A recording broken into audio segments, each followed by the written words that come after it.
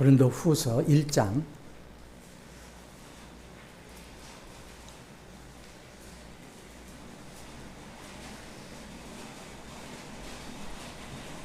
6절로부터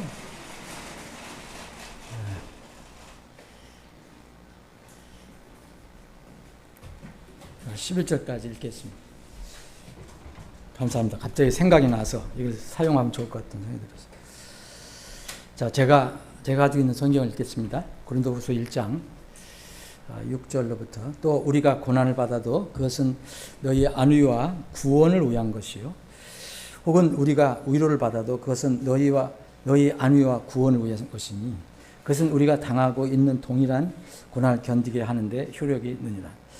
또 너희에 대한 우리의 소망이 확고하니 이것은 너희가 고난들에 참여하는 자들이 된 것 같이 너희가 안위에도 그러할 줄을 알기 때문이라. 형제들아, 이는 이사야에서 우리에게 닥친 어려움에 대하여 너희가 모르기를 우리가 원치 아니하기 때문이니 우리가 힘에 붙이도록 한없이 눌려서 심지어 이사야가 아니라 아시아, 왜 이시아를 읽었는지 모르겠어요. 여러분이 그런 거 잘 이해하세요? 아시아 때문이니 우리가 힘에 붙이도록 한없이 눌려서 심지어 생명까지 단념했을 정도였느니라. 그러나 우리가 우리 자신 안에 사형 선고를 받은 것은 우리가 우리 자신을 신뢰하지 않고 오직 죽은 자들을 일으키시는 하나님을 신뢰하게 하려 함이라. 그분께서 그렇게 큰 사망에서 우리를 건지셨고 또 참으로 건지고 계시며 그분께서 여전히 우리를 건지시리니 우리는 그분을 신뢰하노라. 아멘. 아버지 하나님, 오후에 다시 모여서 이렇게 힘차게 찬양을 하고 또 감사한 마음으로 하나님의 말씀을 서로 나눌 수 있는 기회를 주셔서 감사합니다. 이 시간에도 주님께서 우리 사랑 지체들과 그리고 말씀을 전하는 이 혼에게 필요한 교훈, 양식을 허락해 주시옵소서. 거룩하신 예수님의 이름으로 기도합나이다. 아멘. 자, 오늘은 쓰면 참 좋을 것 같아요.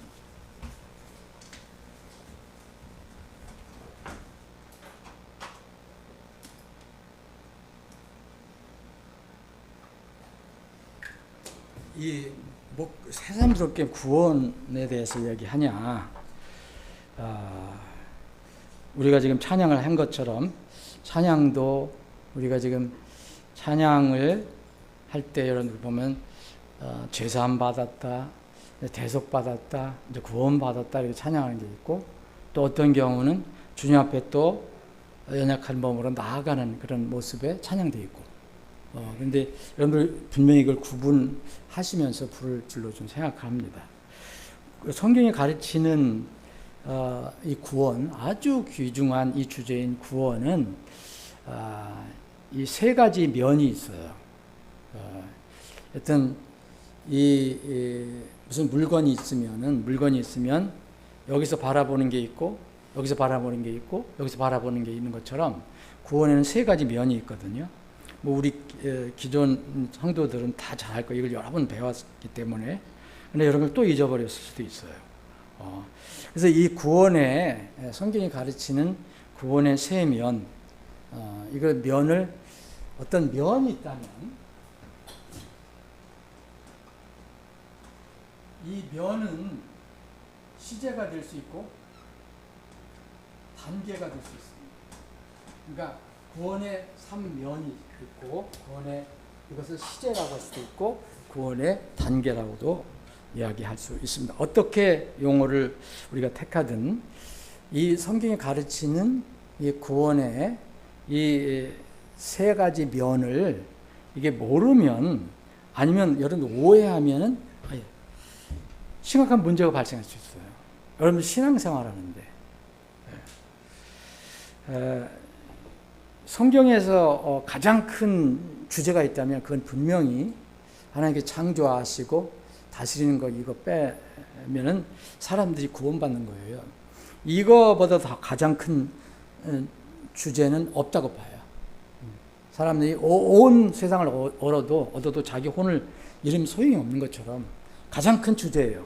근데 이 가장 큰 주제에 대해서 성경이 가르치는 대로 우리가 그걸 잘 이해하지 못하면 신앙생활에서 심각한 문제를 야기할 수가 있어요. 여러분, 역사적으로도 증명이 되는 거고 성경적으로도 증명을 하고 있습니다. 성경에서도 그 사례를 다루고 있거든요. 그래서 구원에 이제 3면이 있는데 이 3면마다 성격이 다 달라요. 오늘 여기서 고린도후서 지금 우리가 읽은 데 보면은 바울 사도가 누구보다도 구원에 대해서는 잘 아는 사람이에요. 그런데 여기 오늘 이 앞에 부분에 뭐라 그랬습니까? 여러분, 여기 또 구원을 또 얘기를 하고 있어요. 이 6절에 보면 그랬잖아요. 너희의 안위와 구원을 위한 것이니. 너희의 안위와 구원을 위한 것이. 우리가 고난을 받은 것은 너희의 구원을 위한 것이다 라고 얘기를 합니다. 구원 나하죠.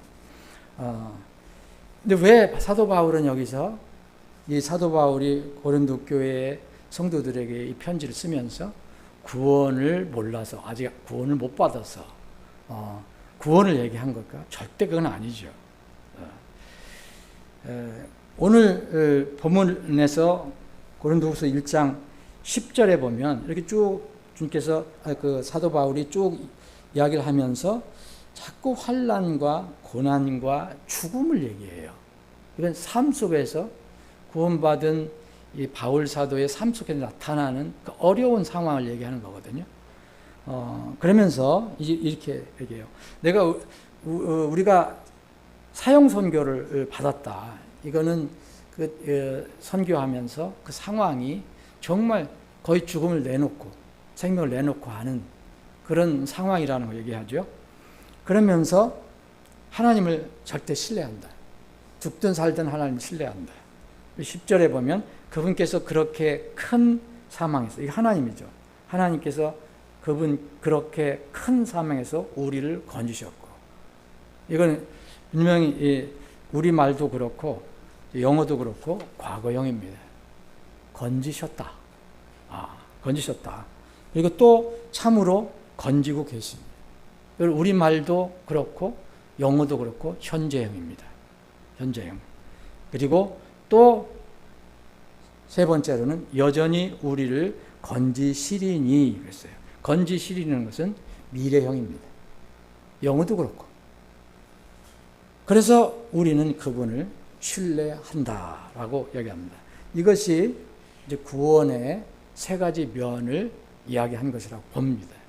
물론 사도 바울은 여기서 우리가 생각하는 영혼 구원의 어떤 상태 3면을 이야기하기보다는 자기가 이렇게 구원받은 후에 이게 죽음에서 어떤 건짐을 받았고, 또 지금 이런 위험한 상황에서도 또 하나님께서 나를 건지고 계시고, 또 앞으로 미래에 일어날 일도 건지실 것이라는 확신한 믿음을 이야기할 수도 있지만, 그러나 이 말씀을 이제 구원에, 성경에서 말하는 구원에 적용해 본다면 바울 사도는 그렇게 큰 사망에서 나를 건지셨다.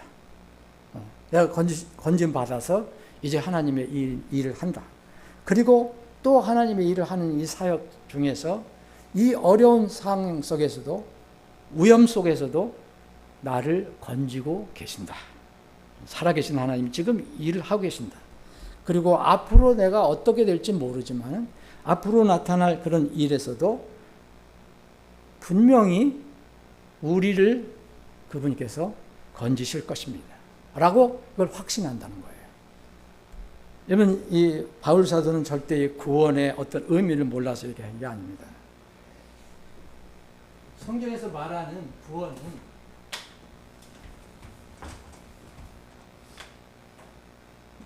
첫째, 과거가 있습니다.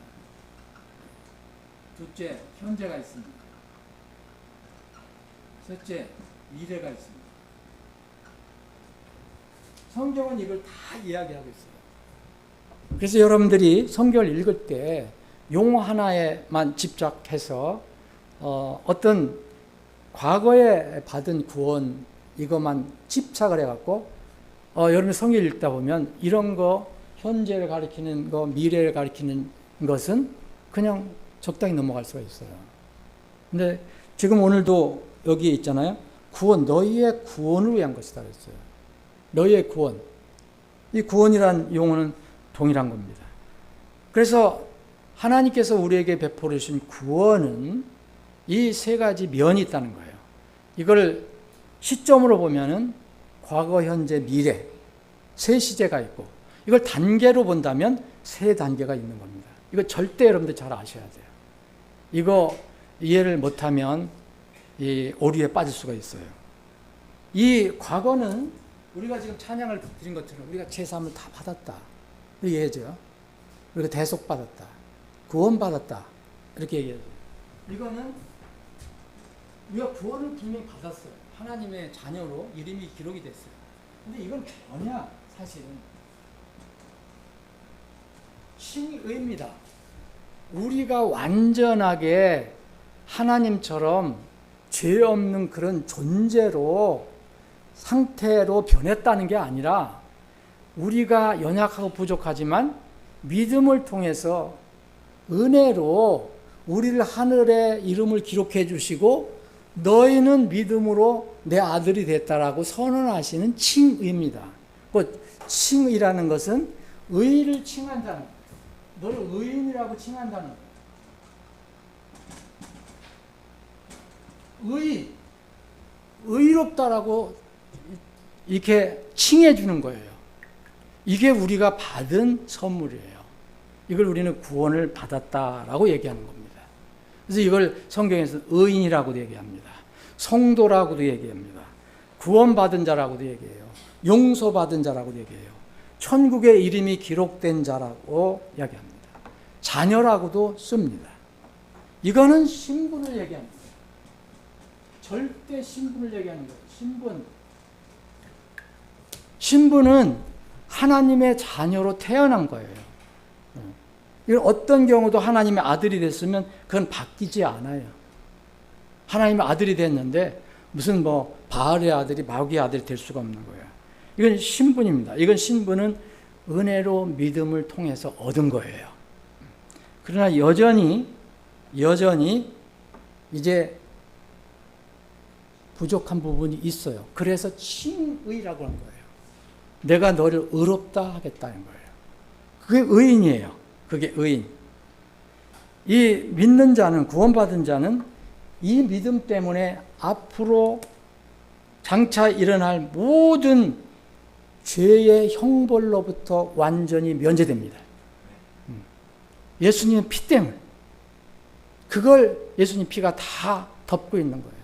우리는 구원받은 사람은 절대 미래의 심판, 그 무서운 죄의 심판에 해당되지가 않습니다.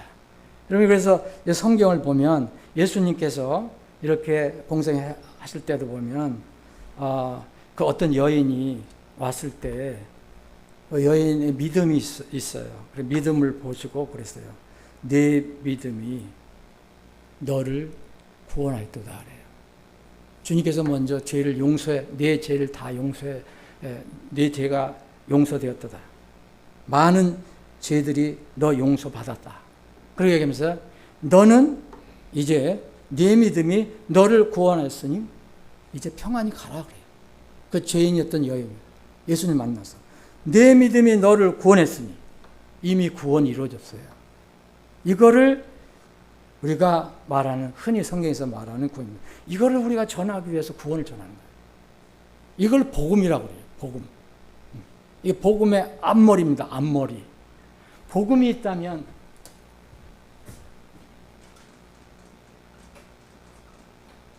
구원이 과거에 이루어진 거예요.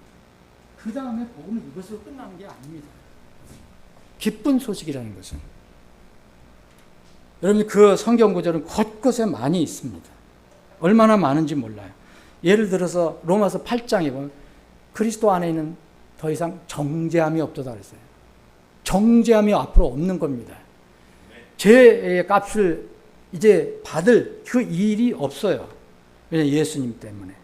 그래서 너는 에베소서 2장에 보면 너희가 은혜로 구원을 얻었나니 그런 거죠. 과거형입니다. 과거형. 다 이런 거 과거형으로 되어 있는 것은 다 이것을 얘기합니다. 칭의, 과거에 우리가 받은 걸 얘기해요. 골로새서 1장에 보면은 자신의 사랑하는 아들의 왕국으로 우리를 옮기셨다 그랬잖아요. 여러분 분명히 그걸 이해를 하셔야 돼요. 옮기셨다. 그리고 에베소서에 보면 하늘의 처소에 우리를 앉히셨다. 이미 이루어진 거예요. 그래서 우리는 이것 때문에 기뻐하고 찬양하고 감사하는 거예요. 그런데 이 구원이 진실로 마음에 이루어진 사람은 이것으로 끝나지 않습니다. 성경은 계속해서 이야기하고 있습니다. 그게 현재입니다. 현재. 복음의 과거, 복음의 현재, 이게 뭐냐면 성화.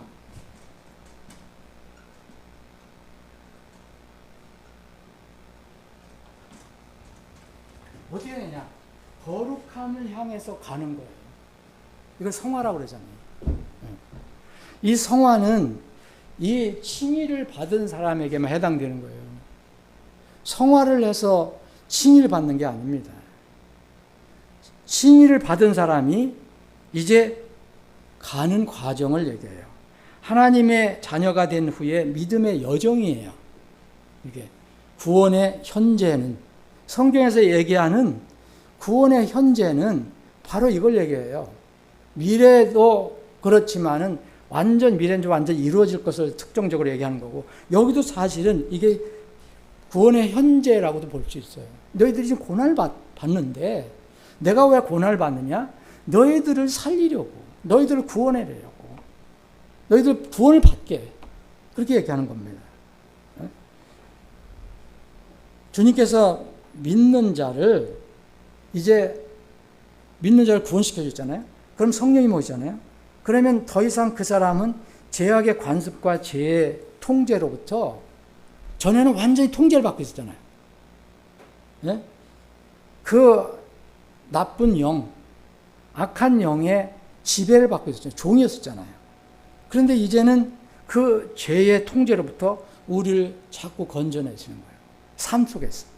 죄와 싸워서 우리가 이기게 하시죠. 이거 우리의 현재의 모습입니다. 이것을 성경에는 예수님을 닮아가는 과정이라고 얘기해요.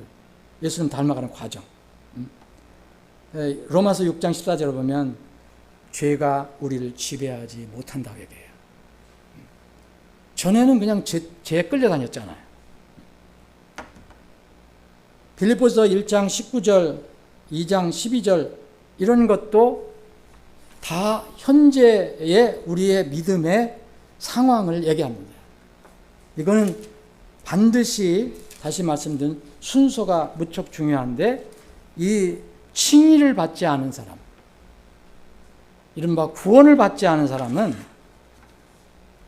해당되지 않습니다. 구원받은 사람에게 해당되는 거예요. 빌립보서 1장 19절에 이런 말씀이 있어요. 이는 너희의 기도와 예수 그리스도의 영의 공급하심을 통해 이것이 내 구원으로 바뀔 것을 내가 알기 때문이다. 바울 사도가 구원을 안 받았다고 얘기하는 건가요?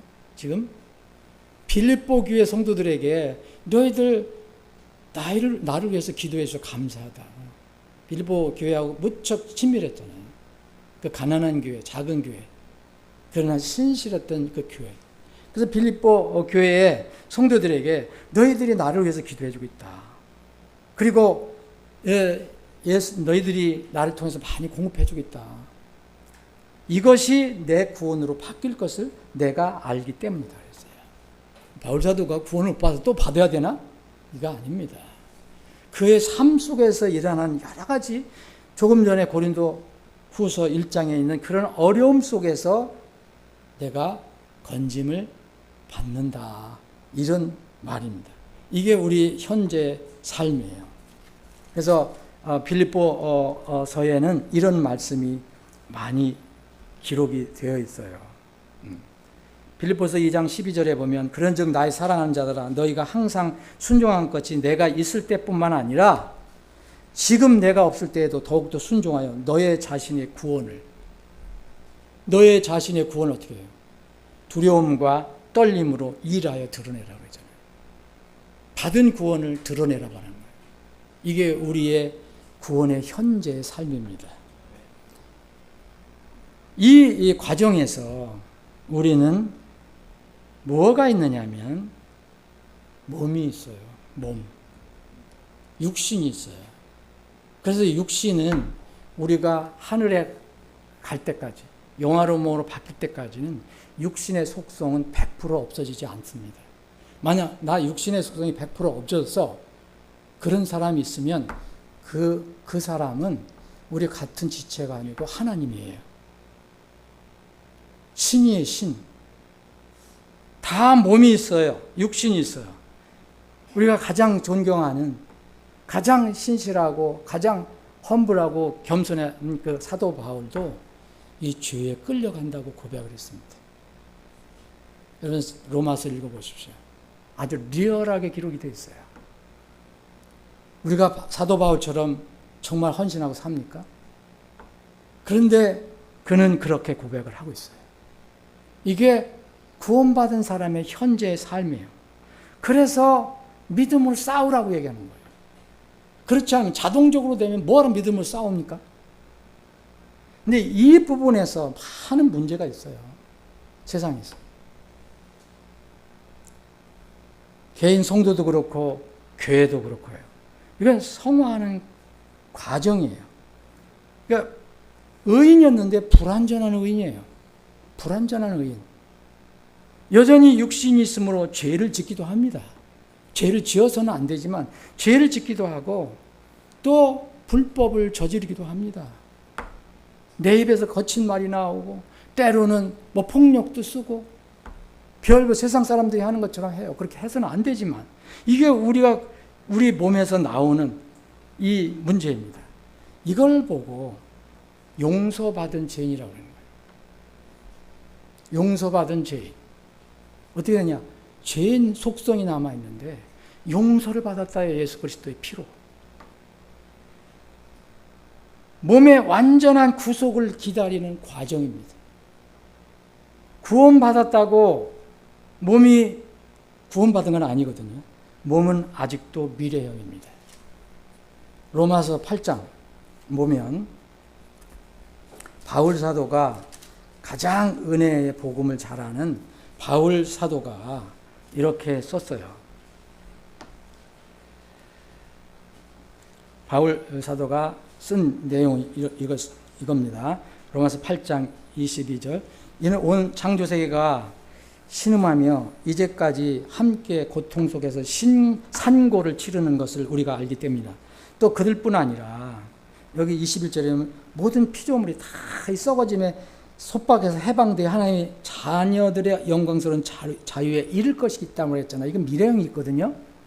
그러면서 또 그들뿐 아니라 성령의 첫 열매를 가진 우리 자신들도 속으로 신음하며 양자 삼으심. 여러분 성령님 다 모시고 있죠. 여러분들이 인식하든 못하든 간에 여러분 진정으로 죄를 용서받고 예수님을 영접하고 구원받았으면 그 순간 성령이 오신 겁니다. 우리 몸이 성전이 된 겁니다. 성령의 첫 열매를 가진 우리 자신들까지도 속으로 신음하며 양자 삼으심, 곧 우리의 몸의 구속을 기다리는 거죠. 여러분 이 말을 잊지 마십시오. 우리 몸은 아직 구원받은 게 아니에요. 이것은 미래형입니다. 여러분 몸이 구원받았다 그러면 죄를 하나도 짓지 말아야 돼요.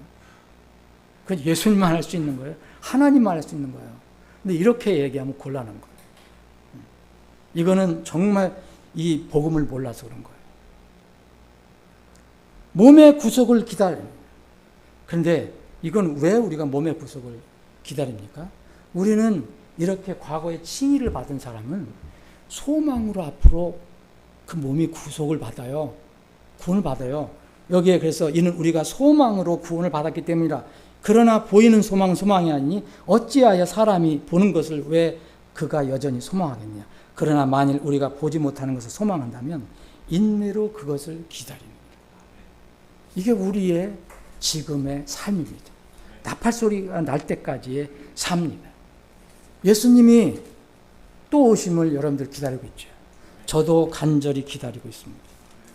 요새 돌아가는 거 보면, 세상 보면, 다음 주에 좀 다시 여러분들하고 살펴볼 건데, 지금 여러분들 몰라서 그렇지, 미국은 지금 이 성경 종말론에 대해서 공부하는 교회도 지금 난리가 났어요. 다음 주에 뭐 난리가 났다 그래서 총 쏘고 그러는 거 아니고 그거 이제 다음 주에 한번 살펴볼 텐데, 주님 오실 때가 됐다고 난리예요 지금.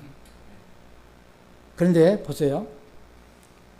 히브리서 9장에 보면 28절에 보면 21절은 한 번 죽는 거 사람들에게 정해진 거죠. 그 뒤에는 이것 뒤에는 심판이 있습니다. 그렇게 그리스도께서 많은 사람의 죄들을 짊어지시려고 단 한 번 들이주셨고, 우리가 이 단 한 번 주님께서 우리를 위해서 들이심으로 인해서 우리가 구원을 받았잖아요. 또 자신을 기다리는 자들에게 구원에 이르게 하시려고. 이게 뭡니까? 구원에 이르게 하시려는 것은. 이 구원에 이르게 하시려는 걸 뭐라고 생각하십니까? 또 구원을 받으라는 얘기예요? 성경을 그래서 잘 봐야 됩니다. 이제 이런 걸 잘 오해해서 마지막 때 주님이 오셔야 구원을 알 수 있다고 얘기하는 사람이 있어요. 그 구원의 복음을 몰라서 그래요. 구원에 이르게 하시려고 죄와 상관없이 두 번째에 나타나시다. 이게 바로 로마서 8장 23절에 몸의 구속을 얘기하는 거예요. 이때는 완전히 영혼, 몸이 완전체로 바뀌는 거예요. 이때를 우리가 기다리는 거예요. 지금 우리 영혼은 구원을 받았어도 몸은 아직 미래형입니다. 자, 3단계를 정리를 해보면 이게 이제 현재형이거든요. 근데 미래형은 뭡니까? 미래형은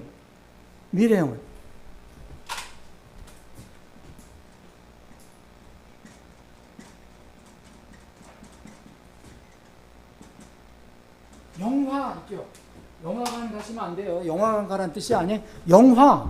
영화는 영광스러운 몸으로 바뀌는 걸 얘기하죠. 영어는 glorification.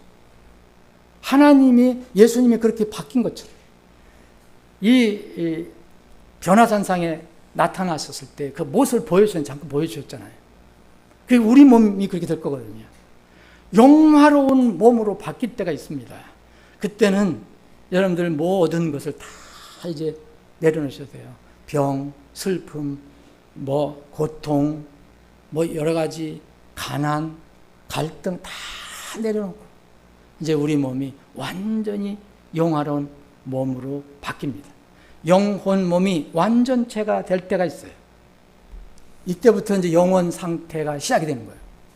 우리는 어떤 상태도 나팔 소리 나면 그게 환란 전이든 환란 후든 천년왕국이든 뭐든 그거는 우리에게 앞으로 일어날 일이지 영원한 영화로운 몸으로 다 맞이하게 되는 겁니다. 우리는.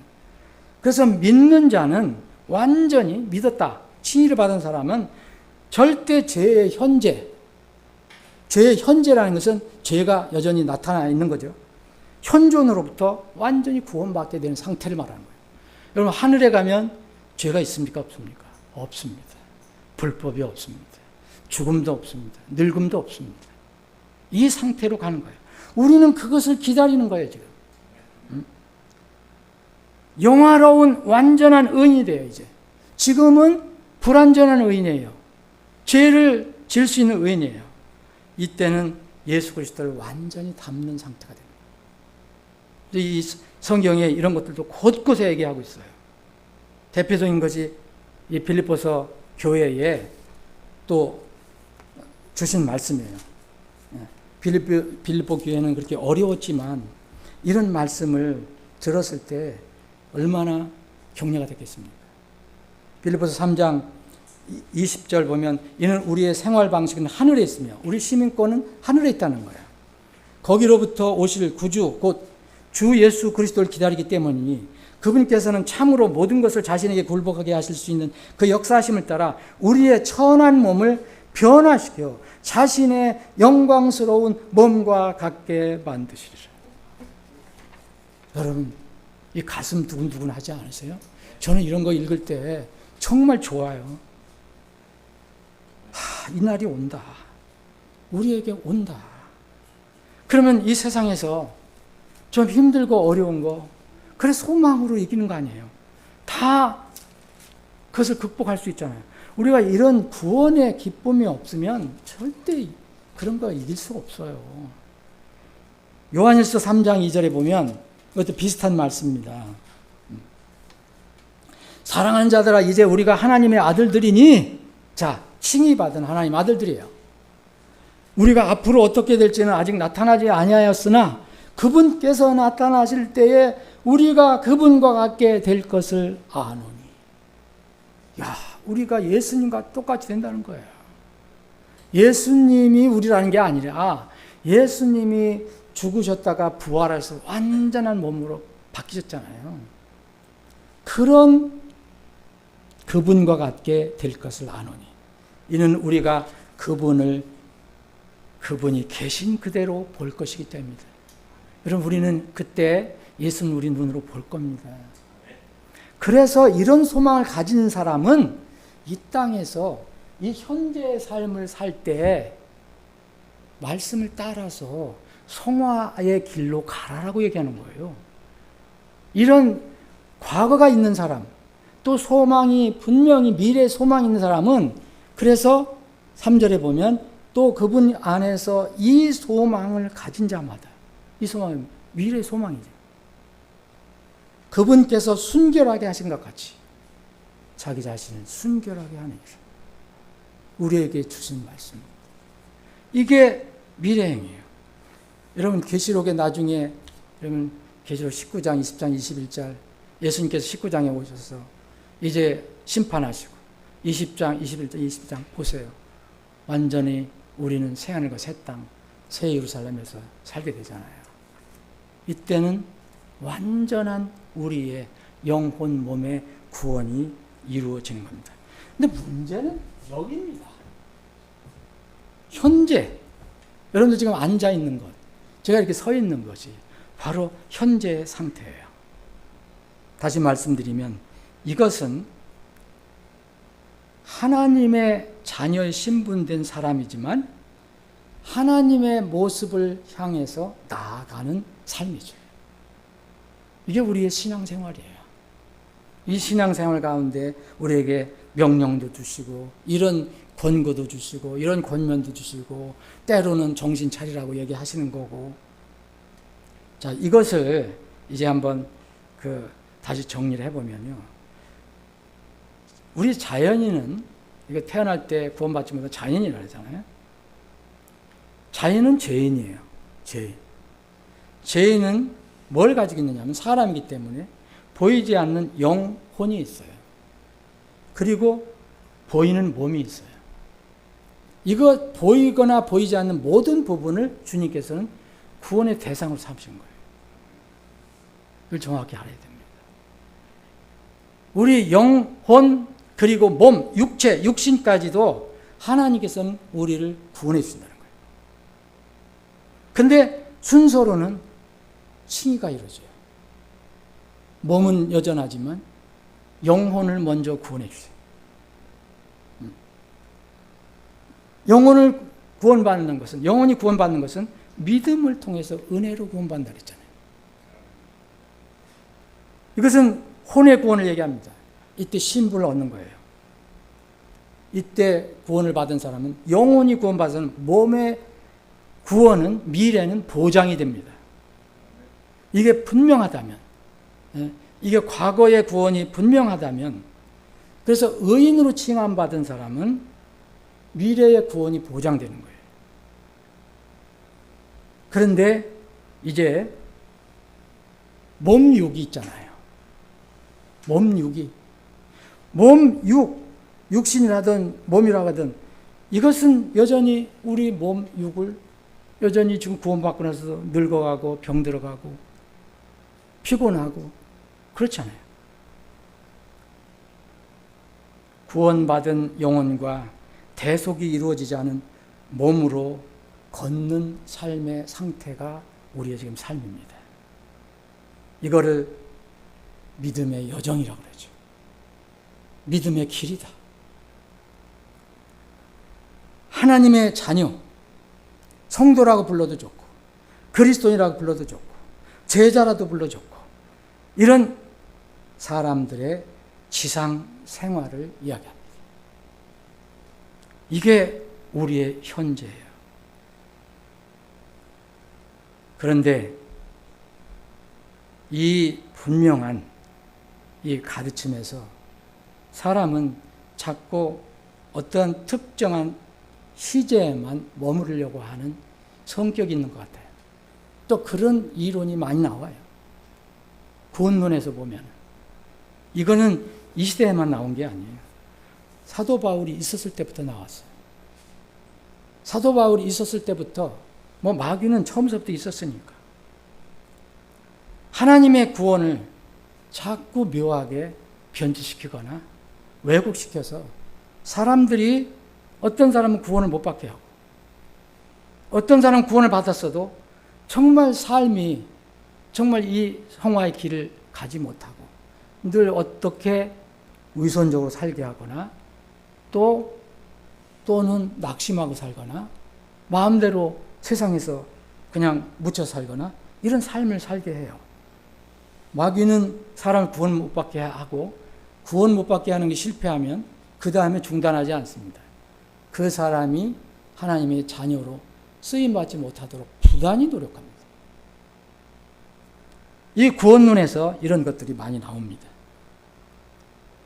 이 두 가지 영혼의 구원과 몸, 육의 구원, 이건 아직 몸의 대속이 이루어지지 않은 상태, 이 두 가지 분명한 진리에서 벗어나서 어느 한쪽만 주장하는 것이 성경에서 말하는 이단입니다.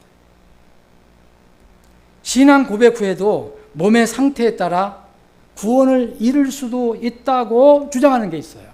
여러분 그 소리 많이 들었죠? 제가 이 젊었을 때 신앙생활 할 때도 교회 다닐 때도 이런 얘기 종종 들었어요. 이거는 정말 하나님의 그 가르침이 절대 아닙니다.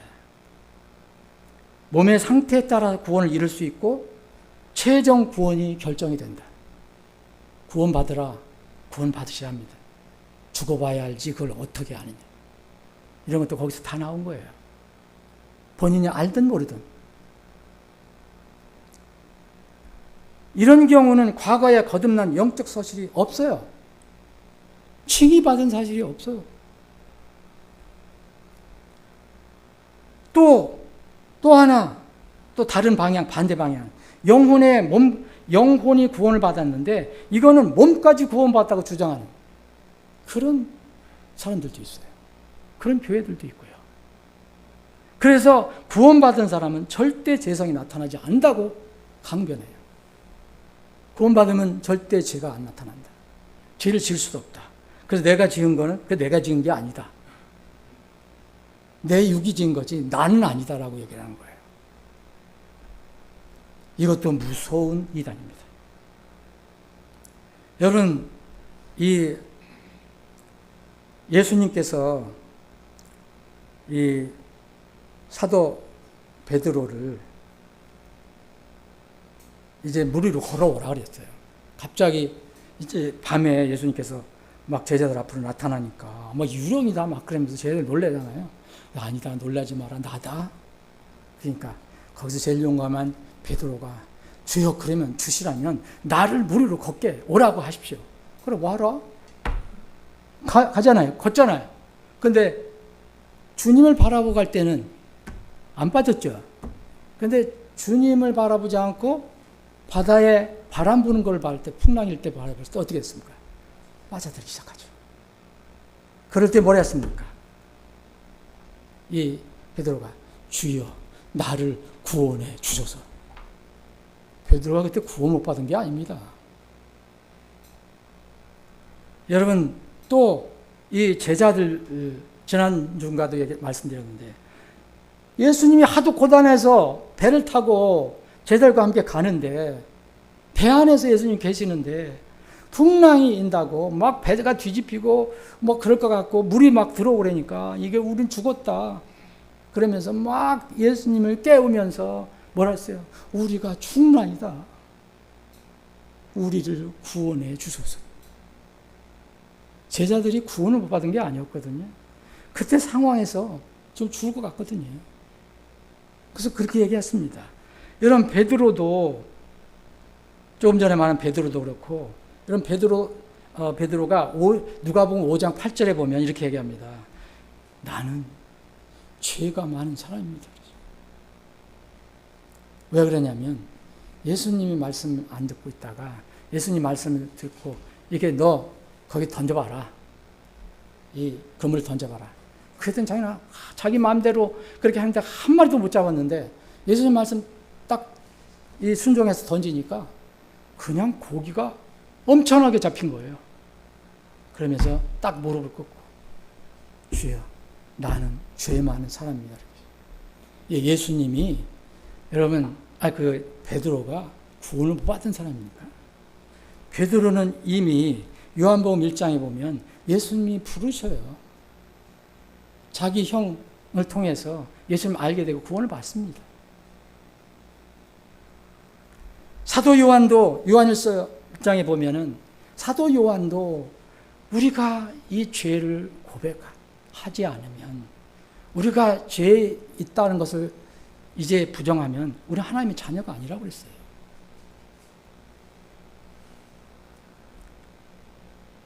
모세도 그랬고 바울도 그랬습니다. 바울은 어떻게 했습니까? 죄가 나를 끌고 간다.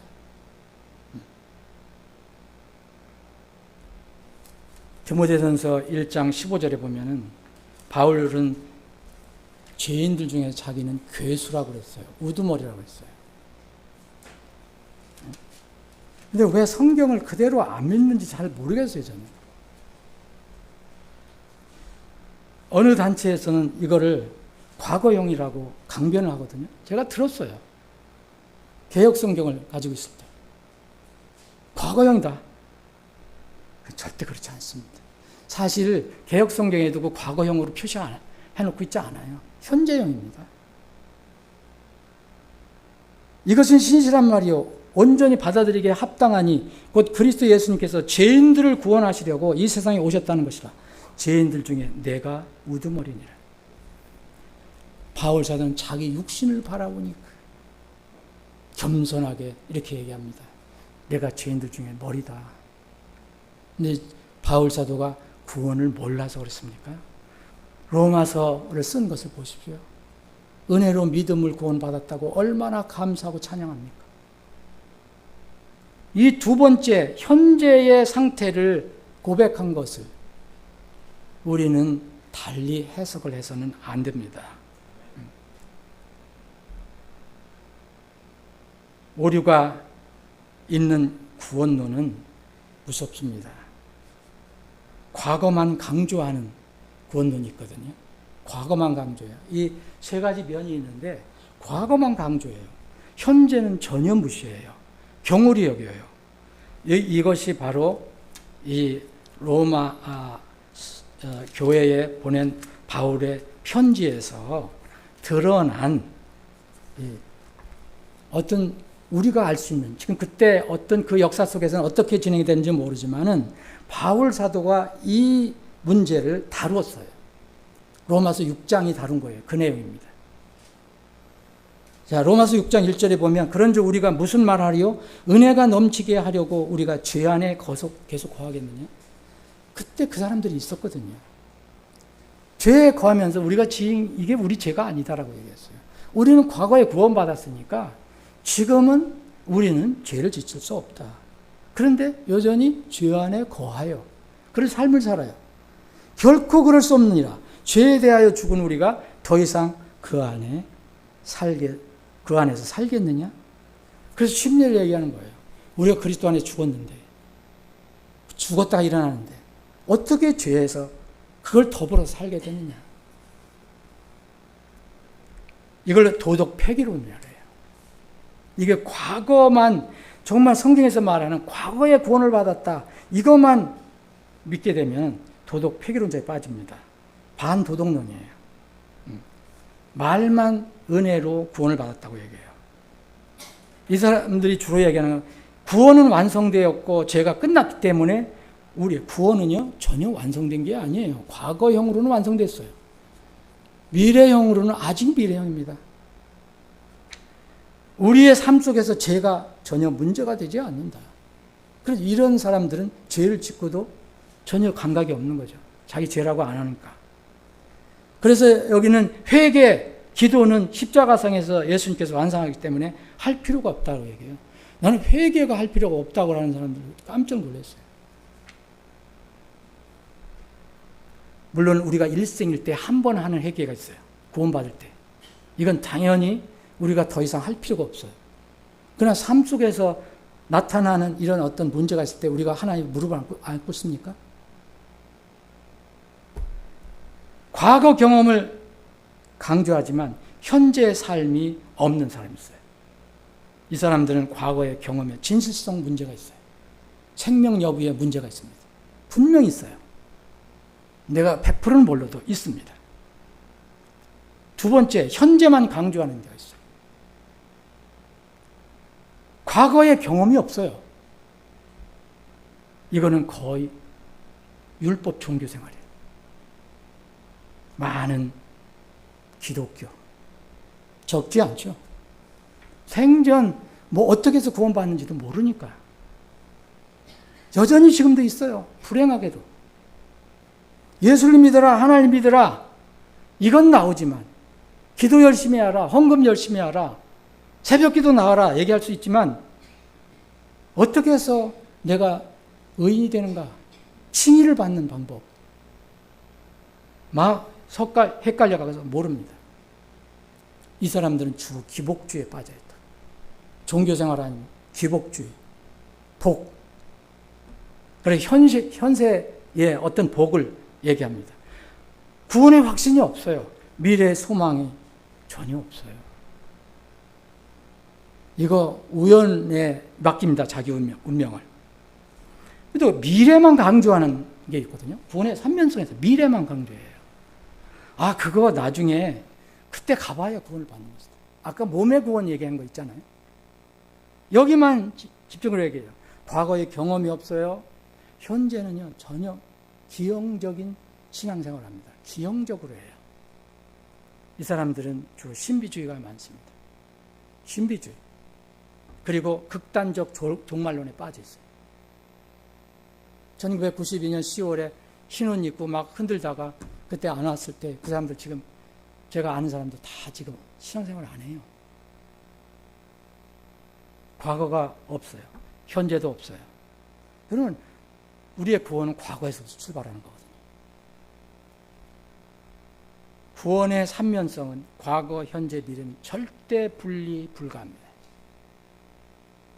과거에서 시작된 그 구원은 현재 그게 진행되고 있고 또 장차 미래에 이루어질 겁니다.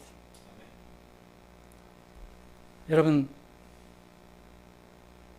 결론적으로 말씀을 드리면 구원의 세 면 중에서 한 면만 주장하는 것은 잘못하면 이단에 빠질 수 있어요. 그 결과는 매우 위험합니다. 그리고 남을 정죄를 잘 합니다.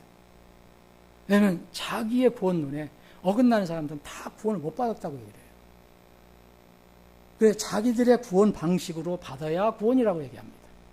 근데 우리의 기준은 절대 하나님 말씀이에요. 어떤 특정한 사람이 정한 거라든지 어떤 단체가 정한 거는 전혀 우리하고 상관없어요. 그게 성경과 맞는다면 우리 것이 될 수 있지만 성경을 넘어서 가르치는 것은 다 잘못된 거예요. 성경이 가르치는 구원은 분명히 과거, 현재, 미래가 분리 불가한 한 덩어리의 구원을 말하고 있습니다. 바울도 그랬고 어떤 사도들도 다 그래 했습니다. 바울도 그래서 내가 이미 도달한 것처럼 여기지 아니하고 이미 완전한 것처럼 여기지도 않는다고 그랬어요. 그래서 현재 앞에 표대를 향해서 달려간다 그랬어요. 이게 우리의 믿음의 삶입니다. 결론입니다. 여러분, 영혼 구원은 분명히 3면이 있어요. 3시제가 있어요. 단계가 있어요. 과거의 구원, 현재의 삶의 열매와 흔들리지 않는 미래의 소망으로 나타나게 돼 있어요. 물론 이제 우리가 주의할 게 있습니다. 우리가 과거에 구원을 받았으면 그 구원에 감사하고 구원 받았다고 얘기하잖아요.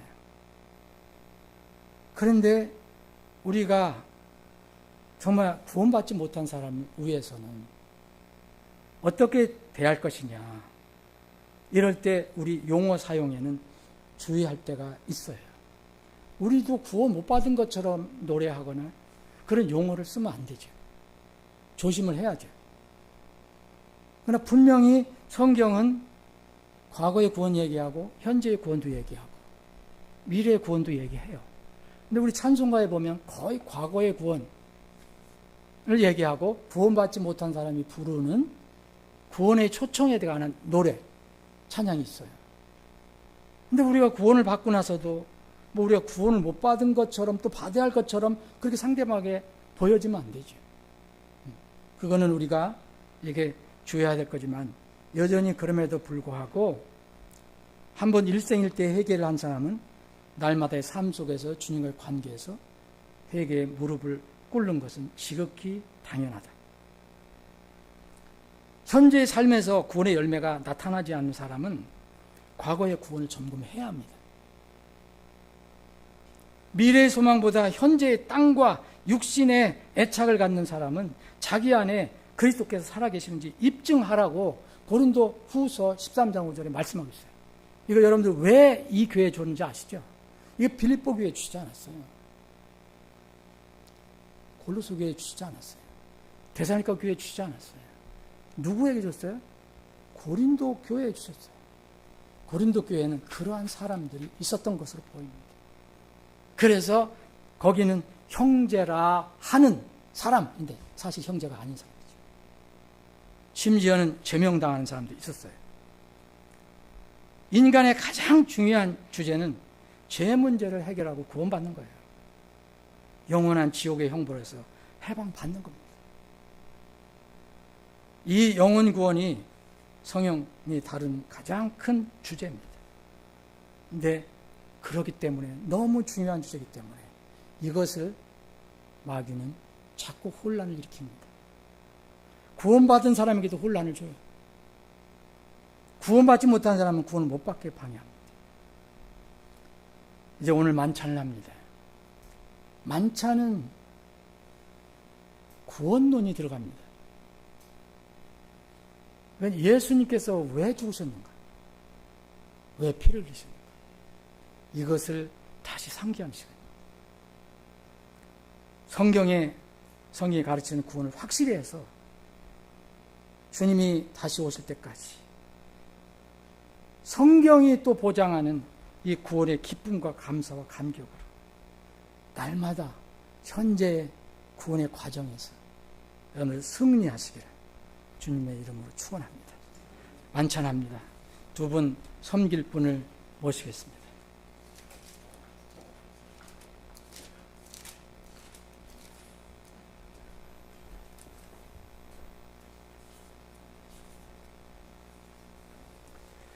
자, 2025년 9월 달 만찬을 실시하겠습니다. 구원받고 침례 순종하신 분들은 기쁘게 참여하시면 좋겠습니다. 아버지 하나님, 9월 달들이 주님의 만찬에 우리 사랑하는 지체들이 함께 참여할 수 있게 해주셔서 감사합니다. 이 만찬은 주님께서 우리를 공중으로 불러주실 때까지, 곧 주님께서 오실 때까지 우리가 이 땅에 사는 동안, 우리 교회가 존재하는 동안 만찬을 거행하라고 말씀하셨습니다. 이 주님의 명령에 따라서 오늘도 기쁘게 만찬에 참여합니다. 만찬에 참여한 모든 혼들에게 필요한 은혜를 허락해 주시옵소서. 거룩하신 예수님의 이름으로 기도합니다. 아멘. 자, 먼저 주님께서 우리의 그 무서운 죄를 위해서, 그 죄를 갚아주시겠어요. 우리를 칭의해서 의인으로 삼기 위해서 십자가에서 아낌없이 다 우리 위해서 주신 그분의 거룩하신 몸을 기념하고 상기하는 빵을 분배해 드리겠습니다. 자, 하시고 하나 보시고 떼십시오.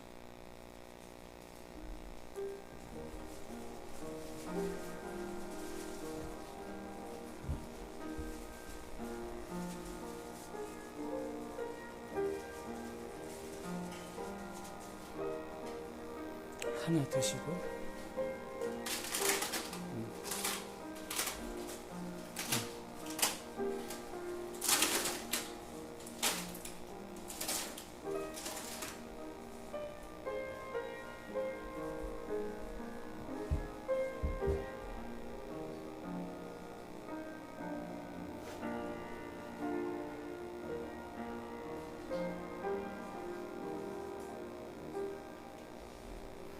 말씀드린 대로 주님의 만찬에는 우리가 성경의 진리 중에서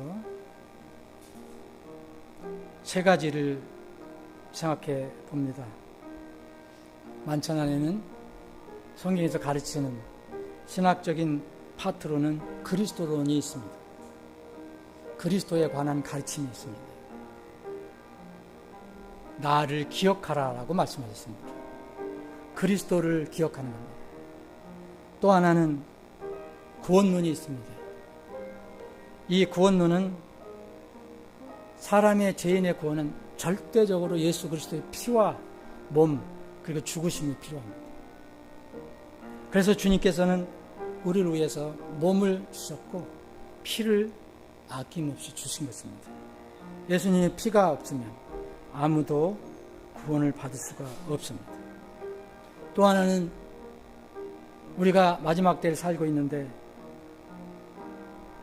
중요한 종말론입니다. 성경은 종말론에 대해서 많이 가르쳐주고 있습니다. 주님께서 말씀하십니다. 주님께서 오실 때까지 이 땅에서 우리는 만찬합니다. 주님이 오시는 것은 세상의 종말을 말합니다.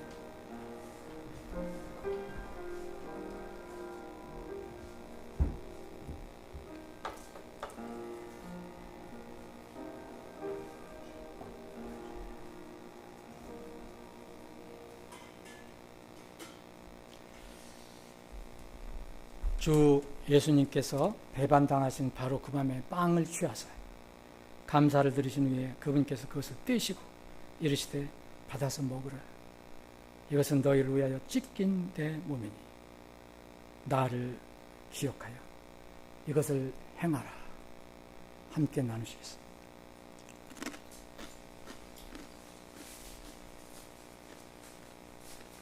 다음은 주님께서 우리의 죄사함을 위해서 아낌없이 쏟아주신 그분의 고귀한 피를 기념하고 상징하는 잔을 분배해드리겠습니다. 분배해드리겠습니다.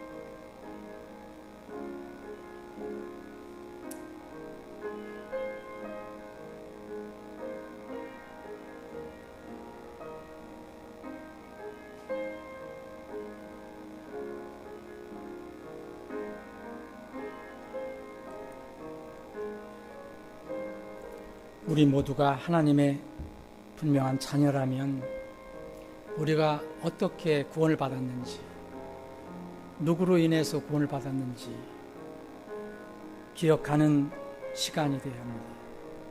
나를 기억하라 말씀하십니다. 여러분과 저의 죄를 위해서 아낌없이 피를 흘려주신 주님을 이 시간 기억합니다. 그래서 우리의 현재의 어려운 믿음의 삶에서 영원토록 완전히 구원해 주시기 위해서 오실 그 주님을 기다리는 마음으로 만찬에 참여합니다.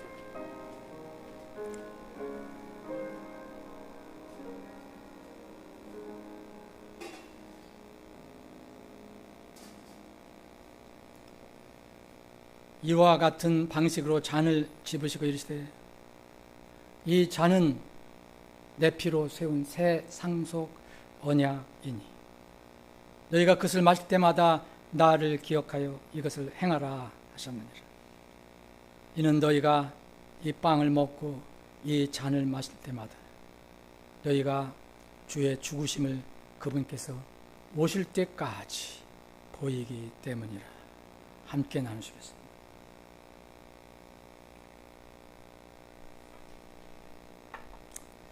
만찬 마치고 기도하겠습니다. 아버지 하나님, 9월 주님의 만찬에 참여할 수 있게 해주셔서 감사합니다.